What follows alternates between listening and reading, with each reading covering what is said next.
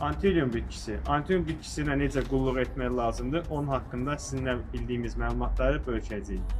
Bitki dolayı işığı daha çox sevir, birbaşa günəş işığından qorumaq lazımdır. Əks təqdirdə yarpaqlarını yandıra bilər.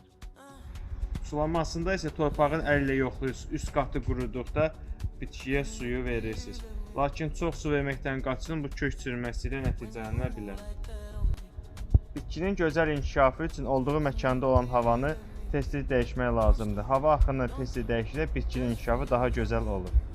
Torpağını dəyişdiyimiz zaman torfdan istifadə etmək lazımdır. Torf həm havanı, həm də suyu gözəl keçirdiyi üçün bitkinin kökləri sağlam qalır. İnkişaf dövründə bitkini gübrəli sularla sulamaq lazımdır. Bu bitkinin inkişaf etməsinə və çiçəklərin açmasına kömək edir. Qurumuş köhnə, zəifləmiş yarpaqları kəsmək daha yaxşıdır. Həmçinin nəm əski ilə bitkinin yarpaqlarını silib təmizləmək bitkinin daha yaxşı nəfəs almasına və yarpaqların gürmək olmasına gətirib çıxarır.